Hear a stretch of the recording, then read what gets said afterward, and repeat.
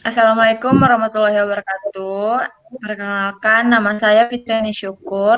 Saya perwakilan dari kelompok 7 akan mempresentasikan hasil kerja kelompok kami yang bertemakan Single Sign-On dan Lightweight Directory Access Protocol.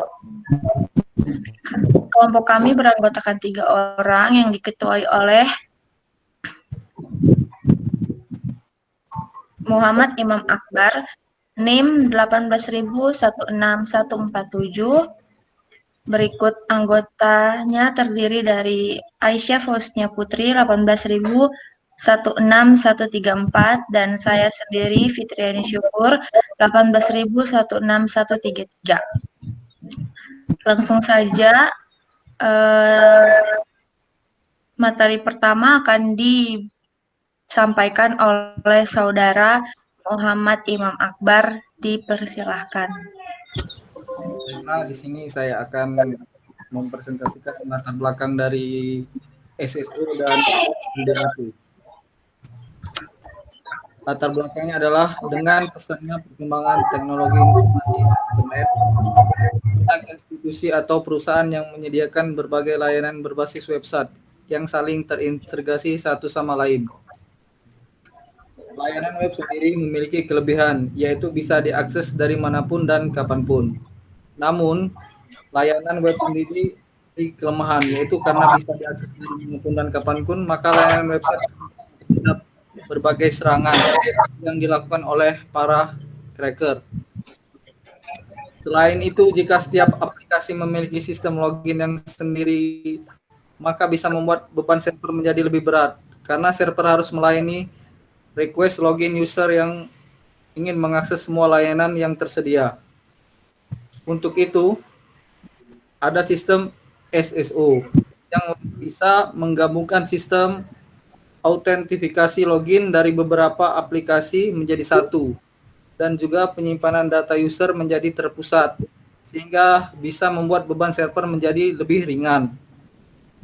Karena server hanya perlu melayani satu kali request login user yang ingin mengakses semua layanan yang disediakan. Pada penelitian sebelumnya telah dilakukan analisis penyerangan terhadap keamanan sistem SSO, tapi hanya menggunakan satu metode penyerangan saja. Sehingga dari penelitian sebelumnya, penulis merasa perlu melakukan penelitian lebih dalam yang bertujuan untuk menganalisa keamanan SSO. Teknologi SSO adalah teknologi yang mengizinkan pengguna jaringan agar dapat mengakses semua layanan yang tersedia hanya dengan menggunakan satu akun pengguna saja. Selain memberikan manfaat untuk membuat sistem autentifikasi login user dan penyimpanan data user menjadi terpusat, teknologi SSO juga dapat mendatangkan bahaya karena jika seseorang mencoba menyerang sistem dan berhasil mendapatkan akun yang diinginkan, maka semua layanan bisa diakses orang tersebut. Lebih parah lagi jika orang tersebut bisa mendapatkan akun administrator website.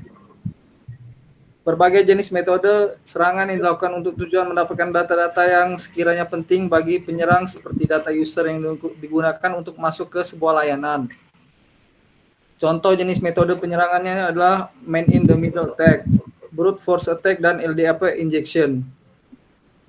Jenis serangan tersebut tentu berbahaya apabila layanan web yang diserang berisi data penting. Dikarenakan kondisi ini, penulis akan melakukan penelitian lebih lanjut dengan metode penyerangan yang telah disebutkan di atas. Parameter yang akan dianalisa pada penelitian ini adalah kehandalan sistem untuk mendeteksi dan mencegah serangan. Selain itu juga dilakukan pengujian dan menganalisa hasil penyerangan peretasan password yang memiliki panjang karakter yang berbeda-beda. Lightweight Directory Access Protocol atau LDAP adalah sebuah protokol yang mengatur mekanisme layanan direktori yang dapat digunakan untuk mendeskripsikan banyak informasi seperti tentang people, organisasi, service, dan banyak entitas lainnya.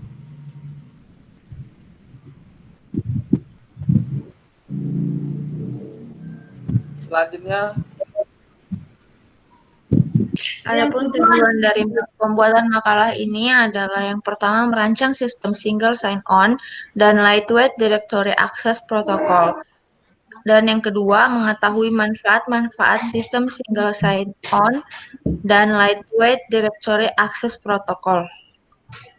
Rumusan masalah yang pertama, bagaimana merancang SSO dan LDAP. Yang kedua, bagaimana data terorganisir pada LDAP.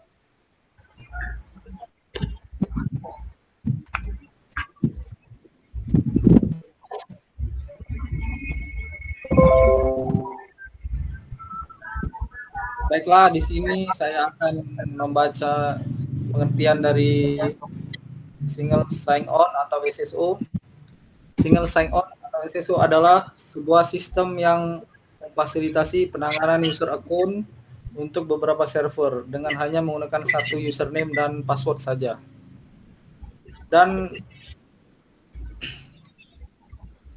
keuntungan sebuah sistem menggunakan SSO ini adalah: satu, dapat mengurangi tingkat kejenuhan user dalam penggunaan password.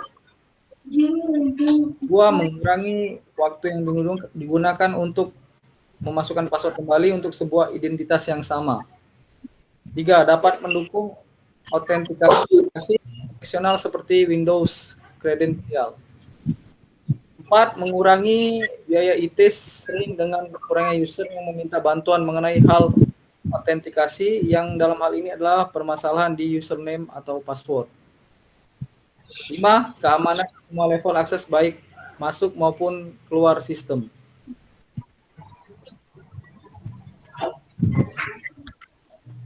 Manfaat menggunakan sistem SSO ini adalah antara lain: lebih efektif, pengguna tidak perlu mengingat banyak username dan password. Cukup dengan satu kredensial, sehingga pengguna cukup melakukan proses autentikasi sekali saja untuk mendapatkan izin akses terhadap semua layanan aplikasi yang tersedia di dalam jaringan. Lebih mudah. Jika setiap layanan aplikasi memiliki data pengguna masing-masing, maka pemrosesan data pengguna harus dilakukan pada setiap aplikasi yang ada. Sedangkan dengan menggunakan sistem SSO, cukup hanya melakukan sekali pemrosesan pada server database backend-nya. Hal ini menyatakan bahwa penggunaan sistem itu meningkatkan efisiensi waktu dan kepraktisan dalam memproses data, dan lebih efisien. Ketika harus mereset password karena pengguna lupa pada passwordnya, pengelola layanan tidak perlu menghabiskan waktu dan bandwidth untuk menemukan data kredensial pengguna. Berikutnya ada konsep kerja single sign-on SSO. Konsep kerja ini memiliki beberapa kategori. Yang pertama, autentikasi. Autentikasi user dan password. Nah, autentikasi ini hanya memberikan servis apakah user A telah terautentikasi atau belum. SSO server tidak melakukan proses otorisasi atau user yang sedang aktif tersebut. Proses otorisasi sendiri dilakukan pada setiap aplikasi. Beberapa contoh yang menggunakan proses autentikasi adalah OpenID dan FB Connect. OpenID merupakan salah satu yang menggambarkan SSO autentikasi ini. Ketika seseorang akan connect pada suatu blog, kita bisa menggunakan fasilitas OpenID, di mana OpenID ini hanya memberitahu WordPress bahwa user telah terautentikasi dan WordPress sendiri bisa mendapatkan data user, seperti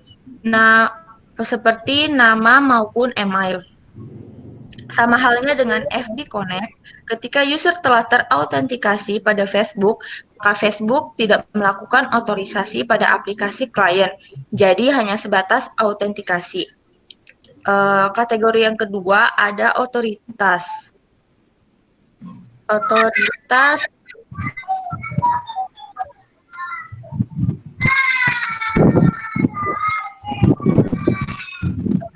tugas SSO server. Untuk SSO otorisasi memiliki tugas sedikit lebih berat, karena setelah memastikan user telah terautentikasi, SSO server masih harus menghandle otorisasi user tersebut. Sistem single sign-on yang dibangun pada tugas akhir ini adalah berbasis otorisasi. Kemudian ada General and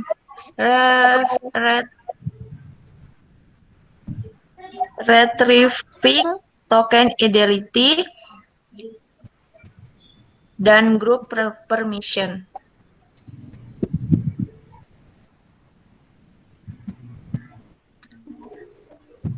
Slide selanjutnya akan dijelaskan oleh rekan saya. Dipersilahkan Aisyah Husnia Putri. Pun kekurangan dari single sign-on. Yang pertama, pentingnya kesadaran pengguna untuk merahasiakan data dan menjaga keadaan loginnya. Bila masih dalam keadaan login, pengguna yang tidak sah dapat memakai mesin yang ditinggalkan pengguna sahnya.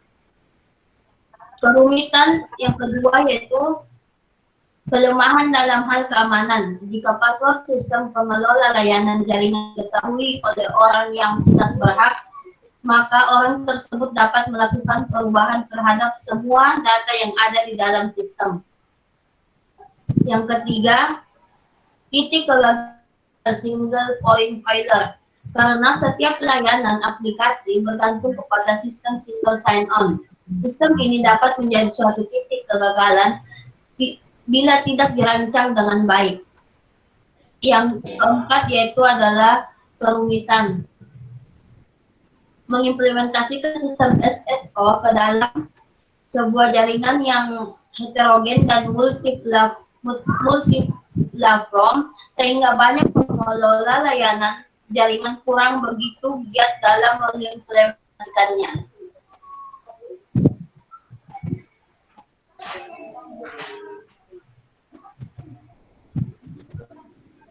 Adapun produk-produk dari single sign-on yang pertama yaitu Central Authentication Service, sebuah framework untuk single sign-on yang dibuat dengan menggunakan bahasa Java.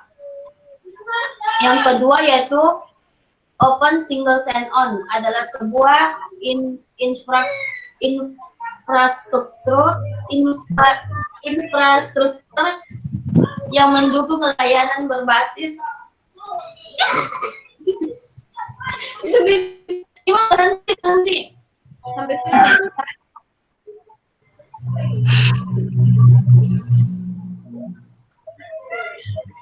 Lanjut nggak? Apa? Adapun yaitu produk-produk SSO. Yang pertama, Central Authentication Service, adalah sebuah framework untuk single sign-on yang dibuat dengan menggunakan bahasa Java. Yang kedua, Open Single Sign-On, sebuah infrastruktur yang mendukung layanan berbasis identitas dan implementasi solusi dari single sign-on. Yang ketiga yaitu adalah Java Open Single Sign-On, adalah sebuah infrastruktur SSO berbasis J2EE dan open source yang bertujuan untuk menyediakan solusi bagi sentralisasi netral platform, otorisasi dan autentikasi pengguna. Selanjutnya akan dijelaskan kepada rekan saya yaitu Muhammad Imam tentang LDAP.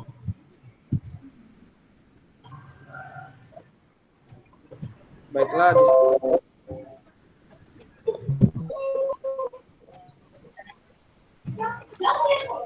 di sini saya akan melanjutkan penjelasan mengenai LDAP, Lightweight Directory Access Protocol. LDAP adalah singkatan, yaitu Lightweight Directory Access Protocol, atau LDAP adalah suatu bentuk protokol client server yang digunakan untuk mengakses suatu directory service. LDAP memungkinkan kita untuk mengembangkan kemampuan kita yang dapat digunakan untuk mencari suatu organisasi, mencari suatu individu, dan juga mencari sumber daya yang lainnya. Misalnya file maupun device dalam suatu jaringan atau network, atau merupakan protokol yang digunakan untuk membangun server. Sederhananya, LDAP dibangun sebagai kontak box directory yang berisikan nama, alamat email, dan informasi penting lainnya. Ada beberapa software yang mengembangkan teknologi LDAP. Salah satunya adalah OpenLDAP. OpenLDAP merupakan software yang bersifat open source yang tersedia pada sistem operasi Linux. Fasilitas yang disediakan OpenLDAP adalah SLAPD, Standalone LDAP Daemon atau server, libraries, implementing the LDAP protocols, utilities, tools, dan contoh klien.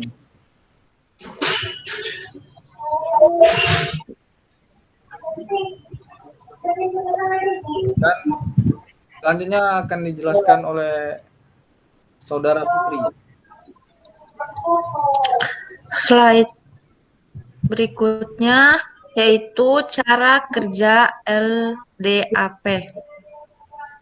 Cara kerja LDAP ini seperti sebuah direktori telepon yang memiliki berbagai nama pelanggan yang diindeks secara alfabetis dengan nomor telepon dan alamat yang terkait adalah contoh dari sebuah direktori.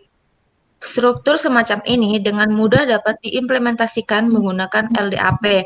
Namun, protokol ini tidak terbatas hanya untuk mengakses informasi kontak tentang orang-orang.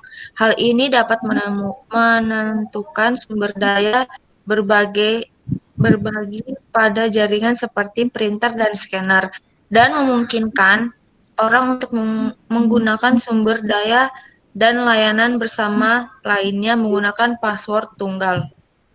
LDAP dapat berhasil diterapkan di mana bentuk-bentuk yang identik informasi yang disimpan secara berurutan perlu diakses cepat dan mana update dilakukan sangat jarang. Klien email sering menggunakan LDAP untuk mengakses informasi direktori dari server karena LDAP tidak mendukung enkripsi. Proses ini memperbarui dan memodifikasi informasi pada server dari klien perlu dilakukan menggunakan koneksi SSL aman.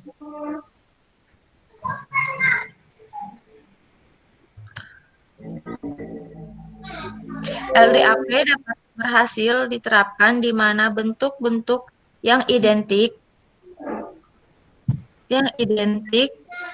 informasi yang disimpan secara berurutan perlu diakses cepat dan mana update dilakukan sangat. Guys, ulang deh. Enggak.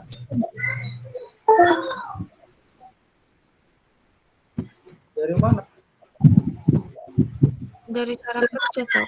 Aku nih bingung tahu soalnya isinya yang di PPT sama di Nggak apa-apa, itu makalah aja. beda. Kalian baca yang mana sih di PPT? Iya. Oh.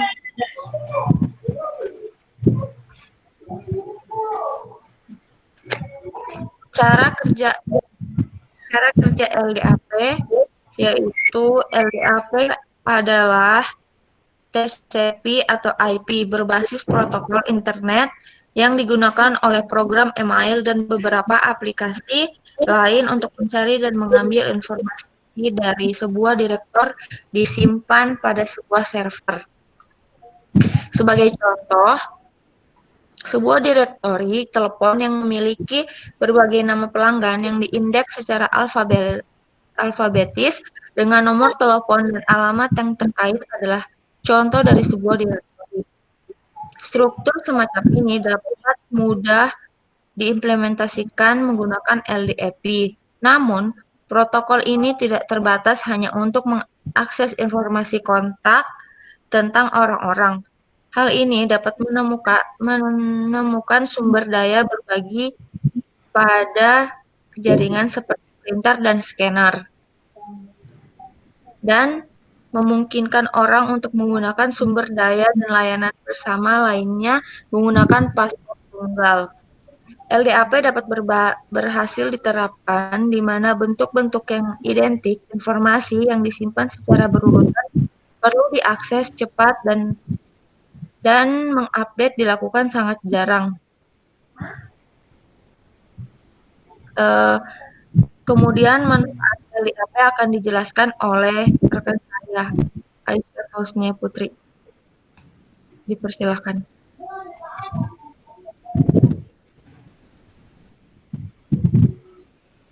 Adapun manfaat dari LDAP itu kita ambil contoh dari manfaat menggunakan database LDAP sebagai bucket layanan.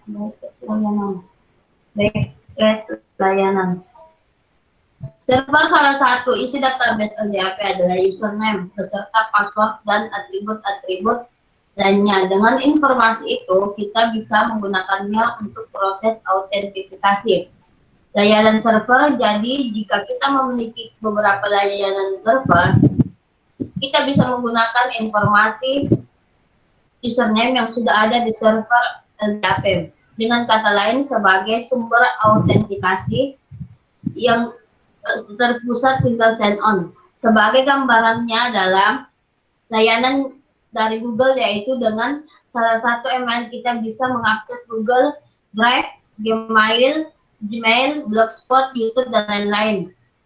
Semua itu juga bisa kita terapkan di jaringan lokal jika kita ingin membuat secara mandiri. Kita bisa belajar menggunakan Linux, misal dengan Debian. Untuk LDAP menggunakan OpenLDAP, untuk email server menggunakan Postfix. Selanjutnya dibacakan oleh rekan saya, yaitu Amang.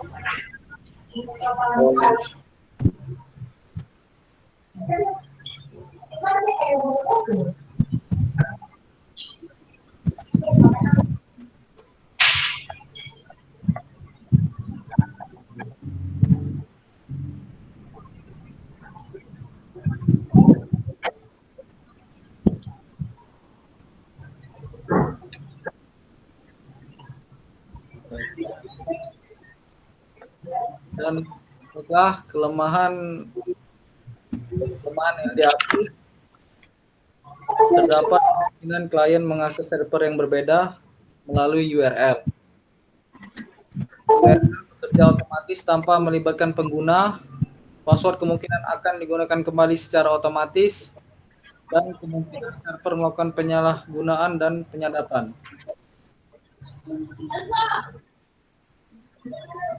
Dan keuntungan dari penggunaan LDAP yaitu penyimpanan data lebih terpusat. User bisa login saja dengan username dan password yang dia miliki. Jika terjadi error pada komputer, user tidak kehilangan data-data. Sysadmin lebih mudah memanage user dalam suatu perusahaan. Dan kesimpulannya akan dijelaskan oleh Fitriani Syukur.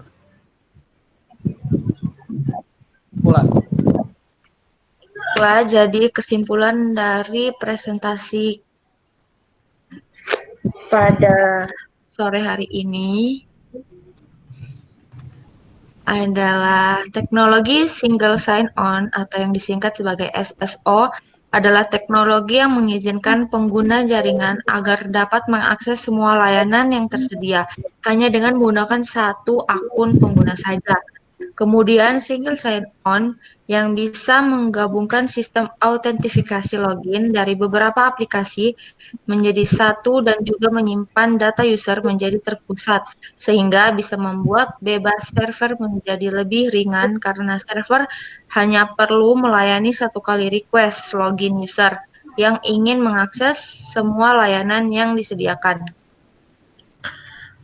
Lalu ada LDAP yang digunakan untuk mengakses suatu direktori, misalnya direktori telepon, direktori email, suatu perusahaan, dan lain sebagainya. LDAP tidak menggunakan enkripsi. Proses seperti memperbarui dan memodifikasi informasi pada server dari klien perlu dilakukan menggunakan koneksi SSL aman. Baiklah, itu adalah kesimpulan dari hasil kerja kelompok kami. Kurang dan lebihnya mohon dimaafkan. Kita tutup presentasi kita pada sore hari ini dengan mengucapkan kalimat hamdalah. Alhamdulillah. Assalamualaikum warahmatullahi wabarakatuh. Waalaikumsalam warahmatullahi wabarakatuh.